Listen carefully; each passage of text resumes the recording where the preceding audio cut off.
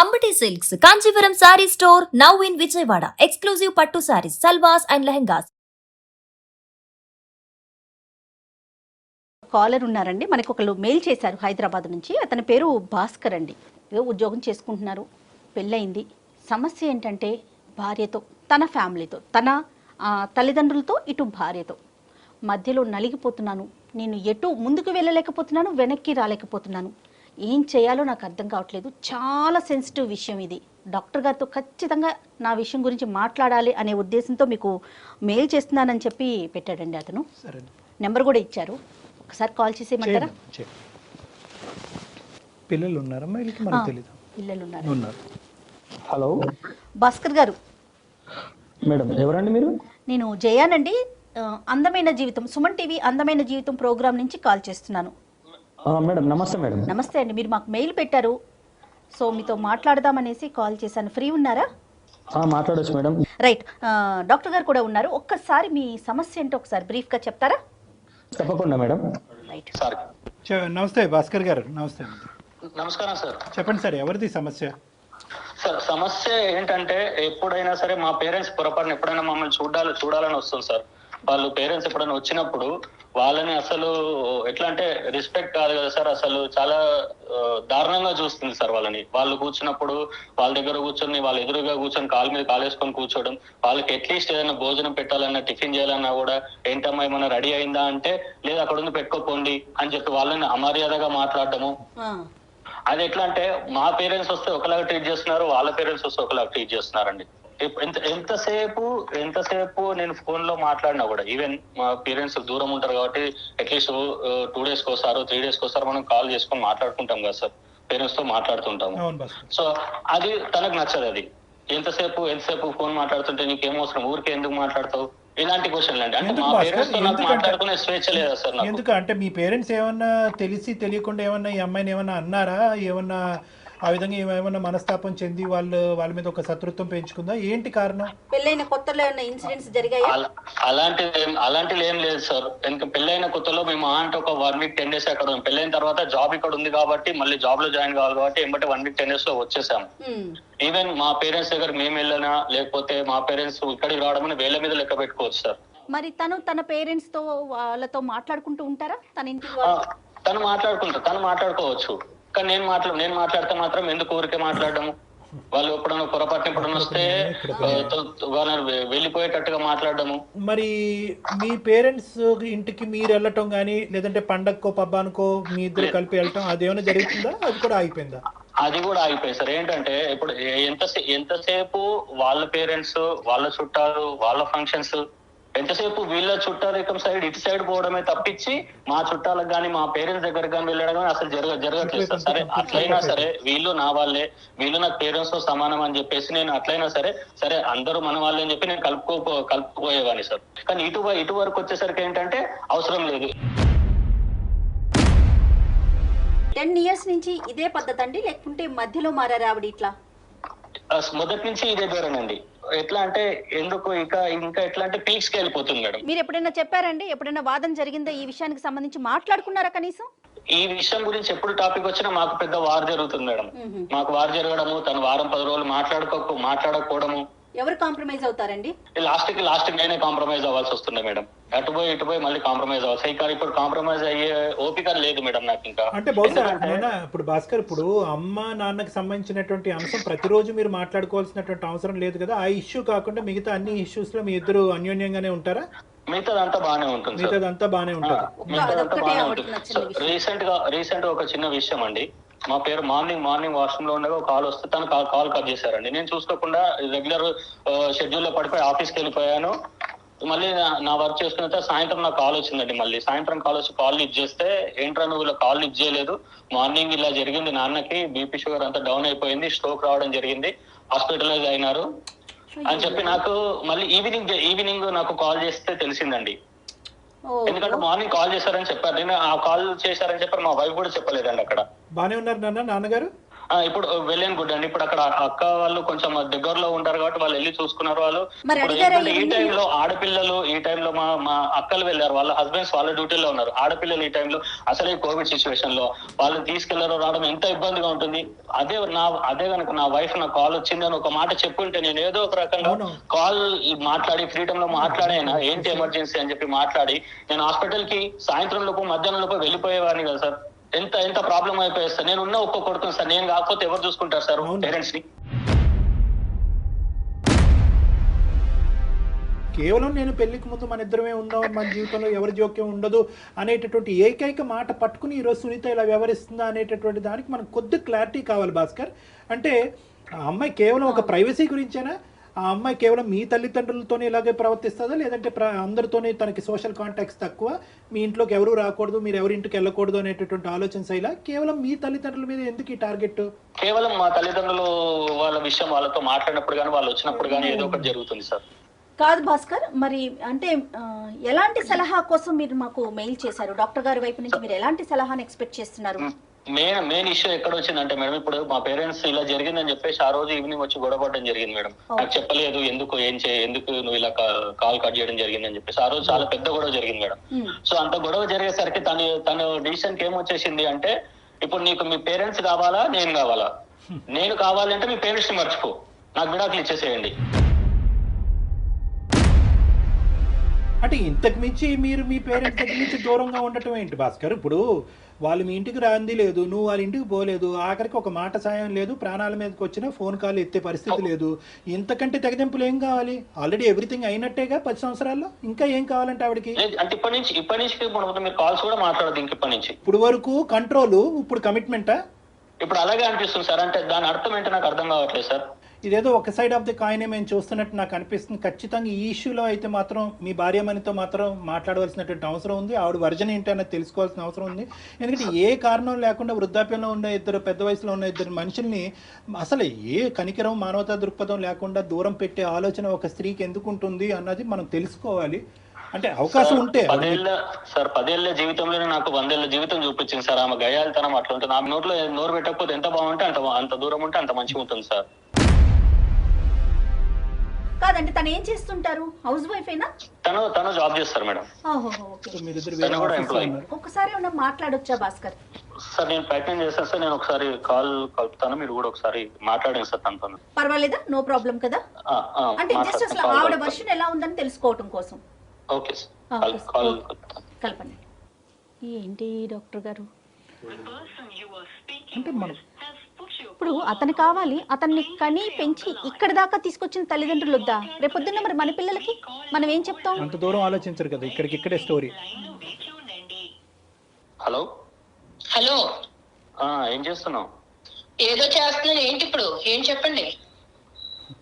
పిల్లలు ఏం చేస్తున్నారు? ఆన్లైన్ క్లాసులు జరుగుతున్నాయి కదా, కూర్చున్నారు అక్కడ. వాళ్ళు తెలుసు కదా, మళ్ళీ నన్ను అడుగుతావేంటి? అయ్యో ఏంటి, ఎందుకు చేసావు? చెప్తాను సరే. నేను ఇక్కడ సార్ని డాక్టర్స్ దగ్గరకు వచ్చాను, సైకాట్రిస్ట్ డాక్టర్ దగ్గరకు వచ్చాను.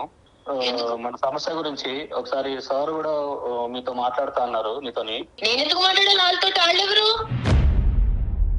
నాకేం సంబంధం వాళ్ళతోటి? నువ్వు వెళ్ళవు, నువ్వు విను. నువ్వు వాళ్ళు ఏం చెప్తారో నువ్వు విను. కాదమ్మా, కాదు సునీత గారు. ఓకే, వాళ్ళ నలుగురిని చేరేస్తున్నావు అన్నమాట ఇప్పుడు. అయ్యో సునీత గారు, ఏంటో వినుకాస్తా నువ్వు. కదమ్మా, ఒక్క సెకండ్ అమ్మా. అమ్మ సునీత, నమస్తే అమ్మ. నా పేరు డాక్టర్ కళ్యాణ్ చక్రవర్తి అమ్మ. నేను మానసిక వైద్య నిపుణుడిని ప్లస్ రిలేషన్షిప్ కౌన్సిలర్ని. నాతో పాటు జయ గారు కూడా ఉన్నారు, సీనియర్ యాంకరు. అంటే ఏంటండి చెప్పండి, ఏంటి ఇప్పుడు? ఏ వినాలి నేను ఇప్పుడు? అమ్మ నీ జీవితం. సునీత గారు, మీతో మేము ఏం మాట్లాడలేదండి. అప్పుడే మీరు ఏం వినాలి అనే ప్రశ్న వేసేస్తున్నారు. ఒక్క క్షణం అండి, కొంచెం టైం ఇవ్వండి ఒక్కసారి. చెప్పండి. కాదు సునీత గారు, ఏదో చిన్న డిస్టర్బెన్స్ నడుస్తోందని చెప్పి భాస్కర్ గారి ద్వారా మాకు తెలిసింది. అంటే మేము మధ్యలో వచ్చే ప్రయత్నం కాదు, కానీ అసలు జరిగిన సమస్య ఏంటి, ఎక్కడ మీరు హట్ అవుతున్నారు అనే కోణం తెలుసుకుందామని అంతే. ఎవరిని కూడా కించపరిచేటటువంటి ఉద్దేశం కానీ ఎవరి వైపు వేలెత్తి చూపెట్టేటటువంటి ఉద్దేశం కాదు. భాస్కర్ గారు ఏంటంటే మనస్తాపం చెంది 10 సంవత్సరాలు మా జీవితంలో ఒక ప్రాబ్లం వచ్చిందండి, కంటిన్యూస్ గా అది నడుస్తూనే ఉంది. ఏం చెప్పుకున్నాడు ఆయన మీ గురించి? నా గురించి మీ దగ్గర నాకు తెలియదు కదా. ఏం కంప్లైంట్ చేశాడు ఇప్పుడు నా గురించి? కంప్లైంట్ కదమ్మా, అన్ని విషయాల్లో మా భార్య పర్ఫెక్ట్ అండి. పిల్లల్ని ఎక్కడ చూసుకో- వేలెత్తి చూపేది లేదనే చెప్పారమ్మా మీ గురించి. మా అమ్మ నాన్న విషయం వస్తే కనుక అగ్గిలం మీద గుగ్గిలం అవుతుందండి. ఫోన్ లేదు, కాంటాక్ట్ లేదు, ఇక్కడికి వెళ్ళటం లేదు, అక్కడి నుంచి ఇక్కడికి రావటం లేదు. వాళ్ళ తల్లిదండ్రులకు సంబంధించినటువంటిది ఒక న్యాయం, మా తల్లిదండ్రులకు సంబంధించినటువంటి ఒక న్యాయం. ఆడ పేరెత్తితే నేను ఎందుకు మండిపడతానండి? ఈయన ఏం చేశాడో మీకు తెలియదు, నా గురించే చెప్తే నేను చేసేది నేను మాట్లాడేది మీ అందరికీ కనపడతాను ఇప్పుడు కూడా. అందు గురించి మీరు నాకేదో చెప్తామని చూస్తున్నారు. అందు గురించే ఈ కాల్ చేసాం. నీ వర్జన్ వినాలనే ఉద్దేశం. నువ్వు కోపంగా ఉన్నావు, గట్టిగా మాట్లాడుతున్నావు, మేమేమి అది తప్పుగా భావించట్లేదు. మీ మనసు మీకున్నటువంటి టెన్షన్స్ మీకున్నాయి. కానీ దయచేసి ఒక 2 నిమిషాలు ఇతను ఈ విధంగా ఎందుకు మాట్లాడాడు అన్నది మీ వర్జన్ చెప్పండి అమ్మా. ఏమయ్యా ఇప్పుడు నువ్వేం చెప్పావు? అప్పుడు నువ్వు పెళ్ళప్పుడు నువ్వేం చెప్పావు చెప్పు. మన ఇద్దరమే ఉంటాము, ఎవరు ఉండరు, ఇన్ని ప్రేమగా చూసుకుంటాను అని చెప్పావా లేదా అప్పుడు? మరి ఇప్పుడేమో నేడు కూడా అవ్వకుండానే నీవు మళ్ళీ ఆళ్ళు తీసుకొచ్చి నన్ను ఎత్తి మీద వేస్తానంటే నేనేం చేయాలి? నేను ఏమన్నా ఊరికే కూర్చున్నానా? పొద్దున్నే ఆరోగ్యం వాళ్ళకి ఇప్పుడు ఆరోగ్యం బాగాలేదు, వాళ్ళని చూసుకోవడానికి వాళ్ళ కొడుకు కాకపోతే ఎవరు చూసుకుంటారు వాళ్ళని? ఆరోగ్యం బాగాలేకపోతే అక్కడ ఎలా వదిలేస్తారు వాళ్ళని? ఎవరో ఒకరు చూసుకుంటారు, మనుషులు పెట్టు. ఇప్పుడు నేను ఇక్కడికి తీసుకొస్తే నేను మాత్రం ఎక్కడ చూస్తాను? సాయంత్రం పొద్దున్న వెళ్ళిన దాన్ని సాయంత్రం 5, 6 కానీ ఆ ఉద్యోగం అవ్వదు. ఇంటికి వచ్చేటోడికి 7 అవుతూ ఉంటే మా పిల్లల్ని చూసుకోవడానికి 2 గంటలు సరిపోవట్లేదు అక్కడ. నువ్వు వాళ్ళని తీసుకొచ్చి పెడతానంటే ఇప్పుడు మనుషులు పెట్టి చూపించాలి తప్ప నేను చూసే టైం గానీ నా పిల్లల్ని పెంచుకోవడానికి నాకు టైం లేదు. ఆ మనుషులు లేదు, అక్కడే పెట్టుకో అక్కడ డబ్బులు ఇచ్చేస్తాం కదా. అమ్మ సునీత, కేవలం అప్పుడు పెళ్లికి ముందు ఆ మాట అలా అన్నాడనే ఉద్దేశంతోనే నువ్వు ఈ రోజు ఇలా ఉన్నావమ్మా? మాకు 1,00,000 ఉన్నాయి సార్ ఇక్కడ. మాకు పిల్లలు లేచి మేమిద్దరం బయటికి వెళ్ళి ఇంటికి వస్తేనే గానీ కుదరదు. పొద్దున్న సాయంత్రం పిల్లల్ని చదివించుకోవాలా, వాళ్ళని ఎలా పెంచుకోవాలి, పొద్దున్నే లెగాలి, ఇంట్లో వంటలు చేసుకోవాలి, పనులు ఇవే సరిపోతున్నాయి. కానీ మధ్యలో ఈ కరోనాలు, దరిద్రాలు ఈ ఒకటి సచ్చినాయి కదా. ఇప్పుడు అలా కదమ్మా, కరోనా సునీత గారు, కరోనా ఉండొచ్చు, ఏదన్నా ఉండొచ్చమ్మా, కానీ వృద్ధాప్యంలో ఉండేటటువంటి తల్లిదండ్రులు కాపాడవలసినటువంటి బాధ్యత ఏకైక కొడుకు మీద ఉండదా అమ్మా? డబ్బులు ఇస్తామంటున్నాం కదండి. డబ్బులతో అన్ని కొనుక్కుంటారా సునీత గారు? ఏం మాట్లాడుతున్నారండి? సారీ అండి ఇట్లా అంటున్నందుకు. ఎవరో సిటీ లైఫ్ లో ఈ రోజు రేపు తెల్లారు లేసి ఎవరికాళ్ళు ఉద్యోగాలు చేసుకుంటా సాయంత్రం నైట్ అయిపోయి ఇంటికి వచ్చేటప్పటికి ఎవరో ముసలోళ్ళు మేరేసుకుని ఎవరో చూడట్లేదండి. ముసలోళ్ళు అదే మాట అనుకోమ్మా. రేపు పొద్దున్న మనం కూడా అదే పరిస్థితిలోకి వెళ్తాం సునీత. మనం ఇక్కడితోనే ఆగిపోమండి. మానవత్వం మంట కలిసిపోలేదమ్మా, అర్థం చేసుకో. వాళ్ళకిలాగా మేము వచ్చి మీరు పడవండి, పిల్లల మీద మేము పడవు, వాళ్ళు వచ్చి పడతారేమో, మేము వచ్చి పడవు. మా ప్లాన్లు మాకు ఉంటాయి. రేపొద్దున అమ్మ వృద్ధాప్యం అనేటటువంటిది ఎక్స్క్లూజివ్ గా భాస్కర్ తల్లిదండ్రులకు కాదు, మీ తల్లిదండ్రులకి వృద్ధాప్యం వస్తుంది, మీకు వృద్ధాప్యం వస్తుంది. రేపొద్దున పెద్ద అయిన తర్వాత మీ పిల్లలు కూడా వాళ్ళ భార్యలు అంటారు, అరే డబ్బులు పడేసారా ఎందుకు పోయి చూసేదని అంటారు వాళ్ళ భర్తలతో. అది ఓకేనా మీకు? అదే చెప్తున్నానండి. ఇప్పుడు వాళ్ళు మా అమ్మ నాన్న గురించి నేనే వాళ్ళని విడిగా చూసుకోవట్లేదు. వాళ్ళు చూసుకోవాలని నాకు ఉంది. వాళ్ళు పెద్దోళ్ళు అయిపోయారు కానీ నేను వాళ్ళని చూసుకోవట్లేదు. ఎందుకంటే నాకు అంత టైం లేదు. అది అర్థం చేసుకోరేంటండి? ఎన్నని చెయ్యాలి, బయట చెయ్యాలా, ఇంట్లో చెయ్యాలా ఈ పనులు? ఈయన వచ్చేసి ఆయనకేమో ఇంట్లో పనులు ఏముండవు, బయట పనులు ఆయనతో సమానంగా నేను చేస్తున్నాను. ఆ ముసలోళ్ళకి వస్తే ఎన్ని చెయ్యాలండి? ఎన్ని సాకరీలు చేస్తే అవుతాయి అన్ని? వచ్చి కూర్చుంటే అయిపోయింది అనుకుంటున్నారా? కానీ మీరు ఆ ముసలోళ్ళు అనే ఆ పదాన్ని మాత్రం ఆపుకోలేకపోతున్నారండి సునీత గారు. అది వినటానికి కూడా చాలా బాధ అనిపిస్తోందమ్మా. ఉన్నప్పుడు ఆరోగ్యంగా ఉన్నప్పుడు వేరే వాళ్ళు లేందే మీ భర్త వచ్చారా, లేకుంటే మీ తల్లిదండ్రులు లేందే మీరు వచ్చారా? ఒక్కసారి ఆలోచించండి. ఏ కాలంలో ఉన్నారు మేడం మీరు? ఏ కాలంలో ఉన్నారు? మాకు కుదరట్లేదని చెప్తున్నాం కానీ చూడమని అనట్లేదు కదా. డబ్బులు ఇస్తాం అంటున్నాం కదా. అమ్మ మీరు ఏమన్నా అమెరికాలో ఉన్నారమ్మా? హైదరాబాద్ లోనే కదా ఉన్నారు. కుదరకపోవటం ఏంటి? హైదరాబాద్ లో ఉంటే ఇక్కడ మాకు నడవదండి. మాకు నడవదు. వాళ్ళు కూర్చోబెట్టి వాళ్ళకి చాకరీలు చేసి వాళ్ళకి సేవలు చేసే టైం మాకు లేదు. పిల్లల్ని చూసుకోవాలా, ఇవి చెయ్యాలా, మాకుండే బాధలు మాకున్నాయి. అంతేగాని నేను చూడను అనట్లా. డబ్బులు ఇస్తాం అక్కడ ఉంచుకోమంటున్నా. ఎవరు మా ఇంటి దగ్గర సునీత గారు మీరు ఇంత స్ట్రాంగ్ గా మాట్లాడటానికి వేరే కారణం ఏదైనా ఉందా వాళ్ళ వైపు నుంచి? అడగండి. అక్కడ ఉన్నారు కదా ఆయన, మీ దగ్గరికి వచ్చాడు కదా ఆయన, ఏదో చెప్పుకుంటున్నాడు కదా నా మీద కంప్లైంట్లు. సునీత, నీకు చేసింది ఏంటంటే ఈ విధంగా కేవలం వృద్ధాప్యంలో ఉండేటటువంటి వ్యక్తులకి పోషించడానికి మాకు టైం లేదన్నది ఒక్కటే కారణమా? లేదంటే వీళ్ళ తల్లిదండ్రులు ఏమన్నా నీతో తప్పుగా ప్రవర్తించారా, ఇబ్బంది పెట్టారా? ఇప్పుడు ఈయన తక్కువడేం కాదండి. ఈయనేం తక్కువడేం కాదు. మీ దగ్గర రావుడిలో నటించేస్తున్నాడేమో. ఈయనేం తక్కువడేం కాదు. వెళ్ళి 4 రోజులు అక్కడ ఉంటే వాళ్ళ అన్న కొంచెం ప్రేమగా ఉంటే చాలు. ఇక్కడికి వచ్చి మళ్ళీ 1 వారం రోజులు నాతో మాట్లాడు. మరి నాకెలా ఉంటుంది? నేను అన్ని వదిలిపెట్టుకుని వచ్చాను కదా. నాకు మాత్రం ఇంకెవరన్నా ఉన్నారా? ఈయన పిల్లలే కదా. తెల్లారు లేసి 7 కోసమే కదండి మేము కష్టపడేది. నువ్వు ఆన్ చేసిన రేడియో ఆగట్లేదు ఇది.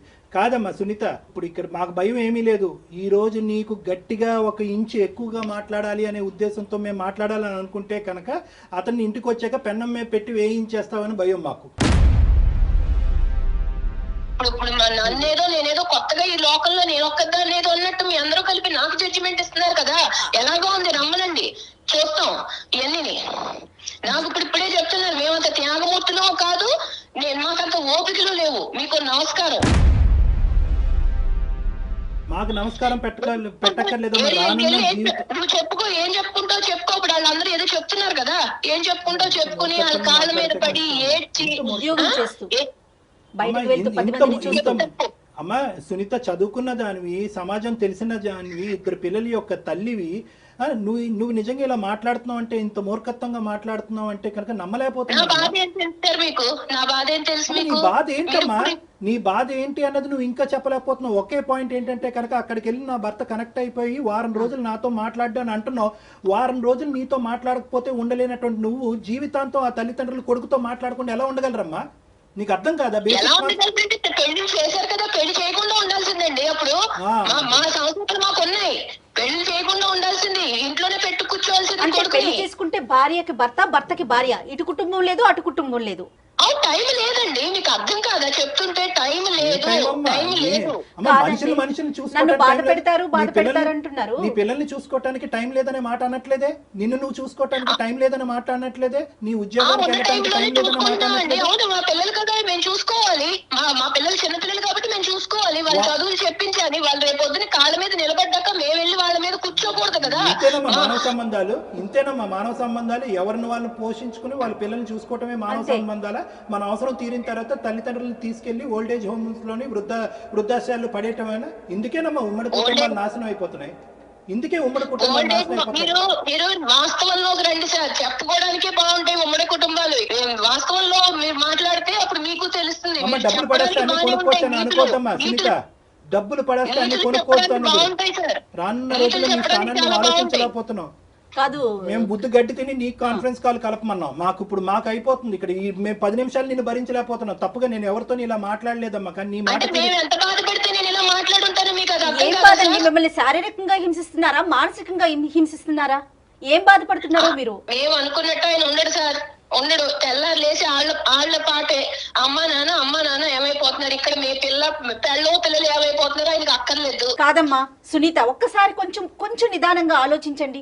ఇవాళ రేపు పెద్దవాళ్ళు లేక ఉద్యోగాలు చేసే ఆడవాళ్ళం ఎంత నలిగిపోతున్నాం కదా. అది మీ సైడ్ కావచ్చు, అతని సైడ్ కావచ్చు.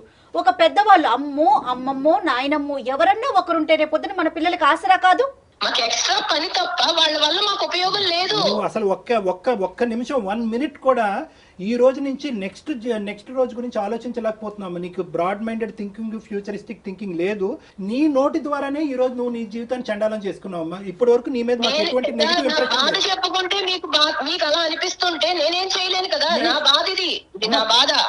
ఈ మనిషి మీ ఇంట్లోంచి వాళ్ళ తల్లిదండ్రులు బాగోగులు తెలుసుకోవటం గురించి దొంగతనంగా ఫోన్ మాట్లాడవలసిన అవసరం ఏముందమ్మా? అతను నిజం చెప్తున్నాడు, అబద్ధం చెప్తున్నాడు, పోనీ దీనికన్నా చెప్పు. అవునండి, వాళ్ళు మాట్లాడుకునేది ఏంటనుకుంటున్నారు? నా గురించి చెప్పుకోవడమే తప్ప వాళ్ళు మామూలుగా మాట్లాడుకోరు సార్. నేను ఎందుకు ఊరికే వద్దంటాను, ఎందుకు చెప్తాను? దాంట్లో అక్కడ జరిగేవి ఏంటంటే, ఇక్కడ నేనేం చేస్తున్నాను, నా గురించి కంప్లైంట్లు చెప్పడమే అతనికి పని, వేరే పని ఏమీ లేదు. అక్కడి నుంచి వాళ్ళు చెప్పినట్టు ఈయన నడుచుకుంటాడు ఇక్కడ. తెలుసా ఎన్ని? అదే ఉద్దేశంతో మొన్న ఫోన్ కాల్ కట్ చేసావు. అతని ప్రాణాల మీకు వచ్చుంటే అమ్మా, పెద్ద ఆయన ప్రాణాల మీకు వచ్చుంటే ఈ రోజు నాకేం తెలుసండి వాళ్ళు ఎందుకు చేశారో నాకేం తెలుసు. రోజు ఈ చర్చా కార్యక్రమాలు పెట్టుకుంటారని నేను కట్ చేశాను, అంతేగాని అడుగుంట్లో పోలేదని నాకు తెలుసా? తెలిస్తే కట్ చేస్తానా? కాదా మరి ఆ పెద్దానికి ఏమైనా జరుగుంటే, దగ్గరలో ఆడపిల్లలు ఉన్నారు కాబట్టి హాస్పిటల్ ఏం జరగదులేండి, ఎప్పట్లో ఏం జరగదు. దివ్య భవిష్యవాణి ఏదో అంటారు, అన్ని ఉన్నట్టున్నాయమ్మా నీ దగ్గర అన్ని. అమ్మా ఐఎమ్ సారీ అమ్మా, జీవితం అంటే ఇది కాదమ్మా. భాస్కర్, ఇంకా సేపు మేము మాట్లాడితే నీ సిచ్యువేషన్ ఇంకా డిటీరియేట్ అయ్యేటట్టుంది. అందమైన జీవితం యొక్క పర్పస్ ఏంటంటే ఉన్న స్థితిని అలాగన్నా ఉంచాలి, లేదంటే కరెక్ట్ చేయాలి.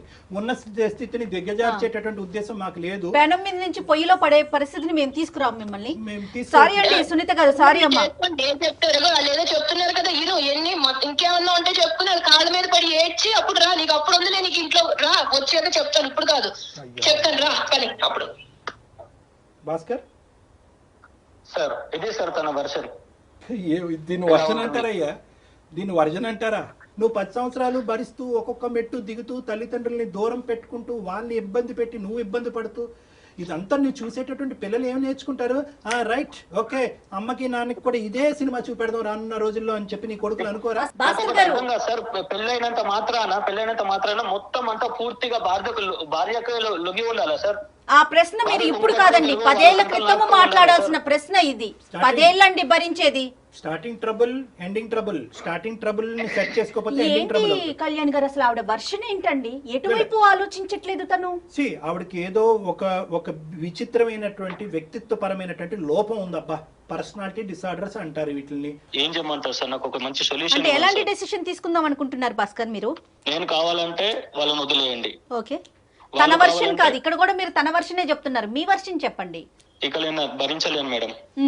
నేనైతే వదిలేద్దామని డిసిషన్ తీసుకుందాం అనుకుంటున్నాను. విడిపోవాలనేటటువంటి ఉద్దేశంతో మేము చెప్పట్లేదు, కానీ అది నిజంగా మీరు చేసి చూపెట్టాలి. అంటే నేను ఇంకా భరించలేకపోతున్నాను అనేటటువంటి దానికి యాక్షన్ ప్లాన్ కావాలి. ఇక్కడ తల్లిదండ్రుల్ని కాపాడుకోవటం అనేది మీ బాధ్యత. రేపొద్దున మీ పిల్లల్ని మిమ్మల్ని చూస్తారా చూడరా అనేటటువంటి అంశం తర్వాత పెట్టండి. మీ తల్లిదండ్రులు మీకేం అన్యాయం చేయలేదు, మీకేమీ తక్కువ ఇవ్వలేదు. మీ తల్లిదండ్రులు ఎప్పటికీ కూడా మమకారం ప్రేమతోనే మిమ్మల్ని ఇప్పటి వరకు పెంచి పోషించారు. పెళ్ళి అనేటటువంటి ఈ అంశం వాళ్ళ జీవితానికి ఒక శాపం కింద మారిపోయింది. కాబట్టి వాళ్ళని కాపాడుకునేటటువంటి ప్రయత్నంలో మీ ఆవిడికి ఒక గట్టిగా బుద్ధి చెప్పేటటువంటి ప్రయత్నం చేయండి. అంటే కొట్టండనో తిట్టండనో హింస పెట్టండో అని చెప్పట్లేదు. నేను మా తల్లిదండ్రులకు స్థానం లేనటువంటి నా జీవితంలో నీకు కూడా స్థానం లేదు అనేటటువంటి వార్నింగ్ ఇచ్చి మీ పిల్లలతో పాటు మీరు దూరంగా ఉండేటటువంటి ప్రయత్నం చేయండి. సో ఒక్కసారి బెదిరించమంటారా? అంటే దాన్ని బెదిరింపు అంటారా, లేదంటే ఒక విధమైనటువంటి ట్రీట్మెంట్ అంటారా అనేది మీకు వదిలేస్తున్నాను. అంటే ఆవిడకు ఒక శిక్ష పడాలి అంటే కనుక కుటుంబం అనేటటువంటిది ఎప్పుడు కూడా నీ చెప్పు చేతల్లో నీ కాళ్ళ కింద చెప్పులాగే ఉంటారు అని అనుకోవద్దు. నాకు ఒక అహంకారం ఉంది, నేను ఒక మగాడిని, నేను ఒక ఇద్దరు తల్లిదండ్రులకు ఒక కొడుకుని, నేను మగాడిని అనేటటువంటి ఆలోచనతో, అంటే మగ ఆడిన అనేటటువంటిది నేను వ్యత్యాసం చేయట్లేదు, కానీ ఆవిడకి ఈ యాంగిల్ చూపెట్టాలి అంటే, మీ విలువను తెలియజేయమంటున్నారు. మీ విలువను తెలియాలి అంటే కనుక దూరంగా ఉండి కొంతకాలం మీరు లేనటువంటి లోటునే ఆవిడకి అర్థమయ్యేటటువంటి విధంగా చూపెట్టండి. మళ్ళీ ఆవిడ మాట తీరు చూడండి, ఏ విధంగానూ కాంప్రమైజ్ కాదాయే. కాన్ఫరెన్స్ కాల్ సునీత కలపమన్నాం, అక్కడి నుంచి అసలు వాళ్ళ తల్లిదండ్రులు కలిపి ఉంటే కనుక వాళ్ళు కొడుకుని దూరం చేసుకుని ఎంత బాధపడుతున్నారో అక్కడ అసలైన వర్జన్ తెలుసు. నాకు ఇంకొక విషయం ఏమనిపించిందో చెప్పనండి. సునీత తల్లిదండ్రుల పెంపకం ఎంత అధ్వానంగా, అంటే ఒక తల్లిదండ్రుల పెంపకం గురించి మనం ఇంత ఓపెన్ గా చెప్పుకోకూడదు, కానీ ఆవిడకి ఏం విలువలు నేర్పించారండి? వాళ్ళు ఏమైనా చెప్పడానికి ట్రై చేశారా భాస్కర్? ఒక లాస్ట్ క్వశ్చన్, వాళ్ళు మీ అత్తగారు సునీతకి ఏమైనా చెప్పడానికి ట్రై చేశారు? అలాంటివి చాలా జరిగాయి సార్, చాలా జరిగాయి. అవి అప్పటికి అవి అంతవరకే ఉంటాయి సార్, మళ్ళీ తర్వాత సేమ్. రైట్ భాస్కర్, ఒక్కసారి డాక్టర్ గారు చెప్పింది ఆలోచించండి, త్వరపడండి, మంచి నిర్ణయం తీసుకోండి. Thank you madam. Thank you sir. All the best Bhaskar. Thank you.